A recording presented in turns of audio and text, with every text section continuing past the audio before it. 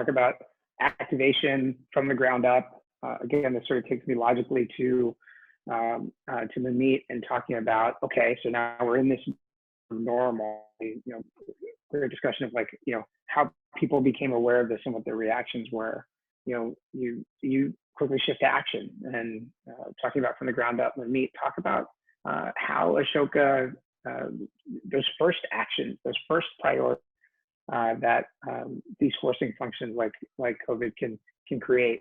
What were some of the first steps you took upon hearing about it and realizing the seriousness of it? I'll talk about sort of the external facing pieces. I think that's, if I understand, that's sort of more what you're asking, Suneet. I think the first step really was for us to pause and just say, okay, what is the value we can contribute in this moment?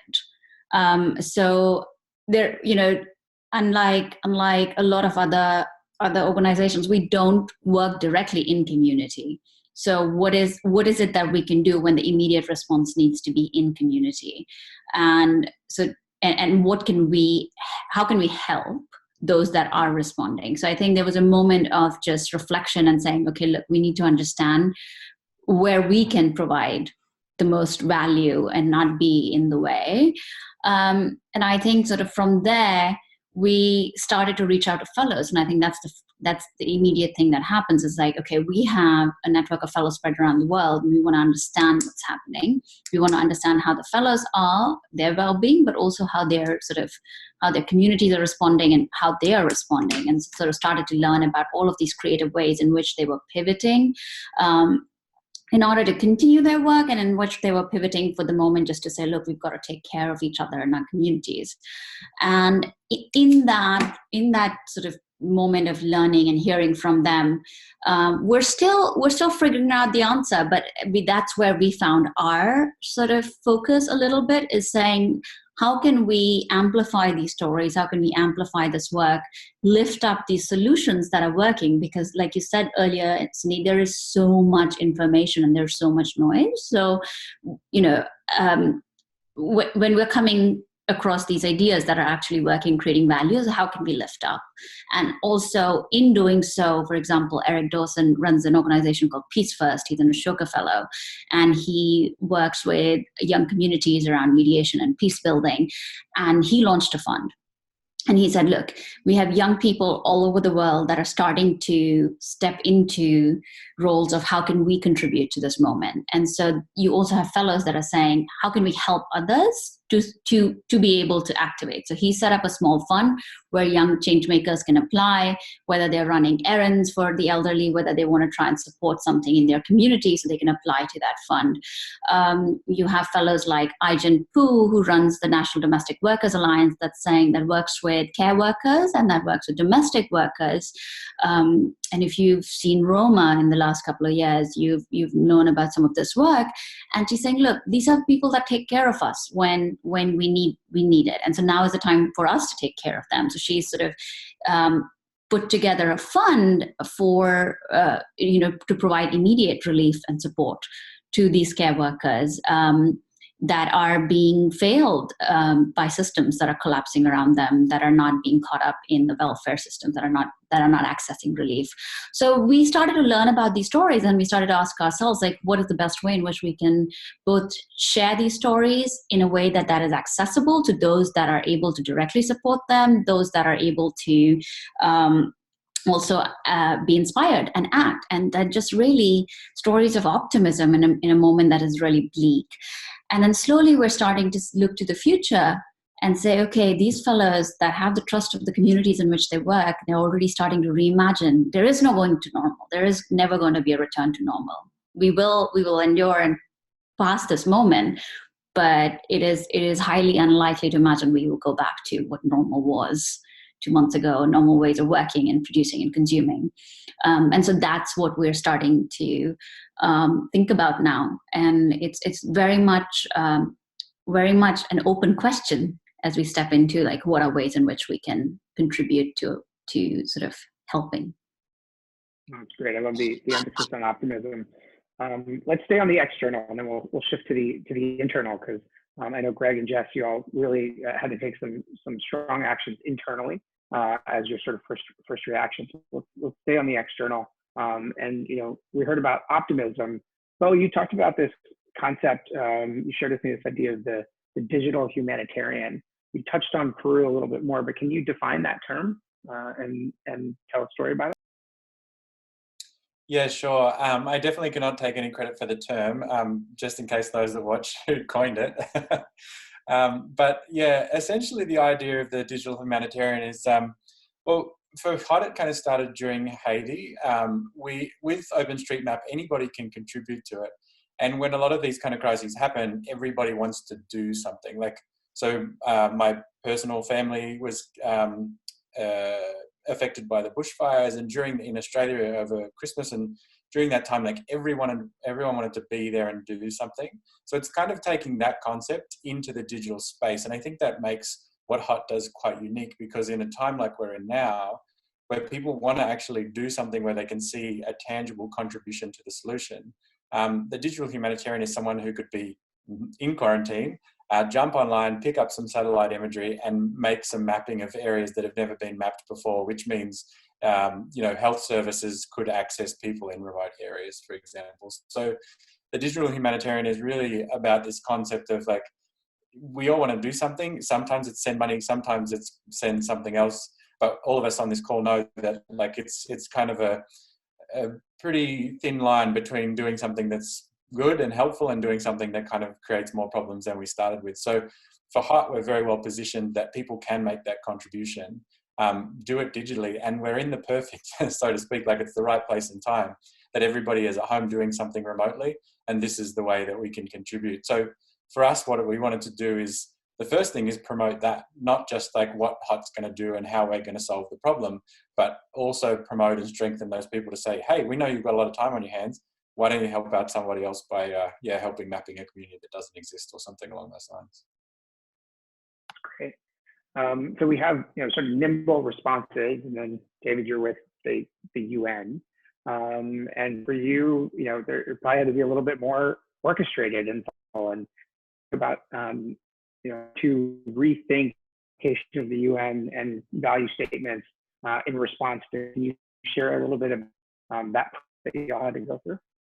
Yeah, so while we are part of a large legacy institution, the onus was still on UNCDF to craft a response. And so the first part of that was, okay, what's our value proposition? And literally having to determine that. And I think that basically involved two processes. And number one was repurposing, because while I completely agree with Bo in terms of digital, I mean, it's levered. It's really a lever that is going to drive so much of what we're going to be doing in terms of COVID-19 response. I'll give you an example. Pre-COVID, we were probably supporting companies creating chatbot capability, so that someone in a last mile market or an LDC can get educated on financial health. So now we repurpose and say, okay, if we know this space, how can we do that in order to now leverage chatbot technology for advancing public health guidance? If we were supporting a ride-sharing company before COVID in the interest of driving financial inclusion, today, what we have to do is leverage our support of ride sharing so that we can maintain supply chains, so that we can actually maintain jobs and financial inclusion within them. So that was one huge part of how we were developing the value proposition. It was the repurposing. And then I think the second part of it was the speed. It was, okay, we have to craft solutions that could be deliverable and deployable in days, not even weeks or months. We have to be able to deliver that as a value prop. And so, for example, a major part of our work involves capitalizing small and medium-sized enterprises in these markets, because these are the SMEs that are too large for microfinance and too small for institutional finance. And they just kind of get stuck. And now there's an even more dramatic problem, which is that they're just shuttering and they're closing down. And so we are working on a capital deployment capability where we can go from a grant application to capital disbursement in 14 days, which we didn't do before. But now we have to, because it's a universal point. I mean, if you're a small business in New York, or if you're a small business in the LDCs, every day that you can't generate revenue, you're more and more in an existential place. And so we had to develop our capabilities for given the necessity of speed. So definitely repurposing and speed was pretty much driving how we were crafting the value proposition. Awesome. It's amazing how the word need has sort of reclaimed its true status of what's essential and what's necessary. So great discussion on the external. I do want to talk about the internal, because organizations are deeply affected. We had to flip 300 people from in office to working remotely in days. And again, the extraordinary efforts the Boulder team went through to make that happen in the Philippines. I don't know, like emotional even now just talking about it, the work that the team did. Greg, talk to me a little bit about, you talked about some of the first things you prioritize as being internal decisions. Can you share some of those? Sure. I just really enjoyed everyone's comments so far, and especially the ideas of reflection and re-envisioning. I think those are really, and digitizing, those are kind of keywords that are sticking out for me. But I think for us, again, it's just getting in place quickly the logistics and things, and making sure, payroll and banking and partner, all the kind of nuts and bolts of your business can run remotely. So there was a lot of that. I think, so, putting all those systems in place was a high priority for us. Also, like, just when people are at home, I think one of the kind of things we've been working on is how do you build capacity of our staff from home now? Like, many of them are working in different ways. So we've set up a system with LinkedIn Learns for online learning for all our staff and all our partner staff, that they can take courses that really do things like that. So we're looking for ways to kind of engage people in a different way and do things perhaps that they didn't have time to, or maybe were not prioritized before. So trying to be creative in that space a little bit. And then I think just in the philanthropic community in both the Philippines and Hawaii, just trying to kind of look differently and work differently together in those spaces. So we're setting up platforms in Hawaii that link need and philanthropic donations quicker, more efficiently. Given it in the Philippines, we're working with the philanthropic community to do different stuff to kind of see what the issues are for them. So that's kind of internally, and that internally that like changes roles of people a little bit and how they focus their time. So we're seeing kind of shifts in roles too. Got it. I think that's great. And the development opportunities for our own team members is huge here. So how do we manage mental health and help people be productive and healthy as they navigate through this? That is our job as bosses, as employers, whatever it might be. You talked about different different needs. Jeff International had a variety of different needs based on country offices and operating in different parts of the world. What can you tell us about how different teams had to react based on different mandates? From our case, I think there were certain levels in the organization that were more used to working remotely or mobile.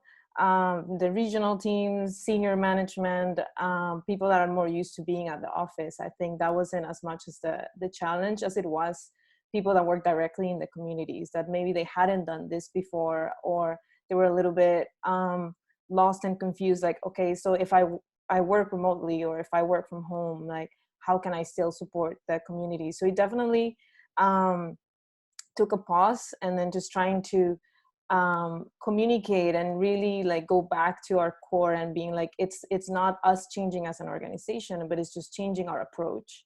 So our mandate, it's the same. It's just our activities will temporarily change and our priorities will change as well. So as David was saying, we had to repurpose.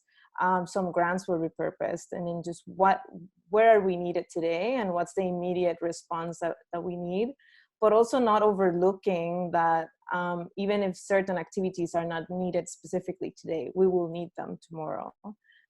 So looking into the youth employment programs, for example, we're really focusing on what are the digital tools that we're going to be needing tomorrow in order to better support our communities. And it's not specifically going into what's going to be the latest technology that's going to help us, but it's at some points it's also simplifying. It's how do we reach those remote communities that don't have access to internet. So there's been a lot of analysis of like SMS, is it reached through SMS? So we're trying to simplify our content. So can we still do capacity building through text messages?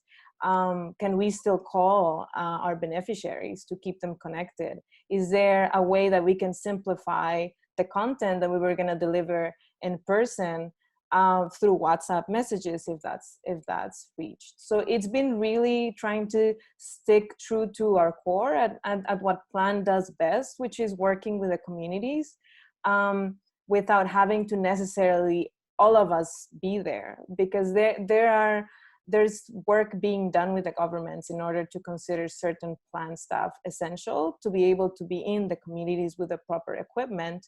But the reality is not all of us can be there, and not all of the response is immediate today, but it's definitely looking a step further and like being able to still support our communities tomorrow. So having that mentality of constantly evolving and constantly adapting to the changes that COVID is presenting us.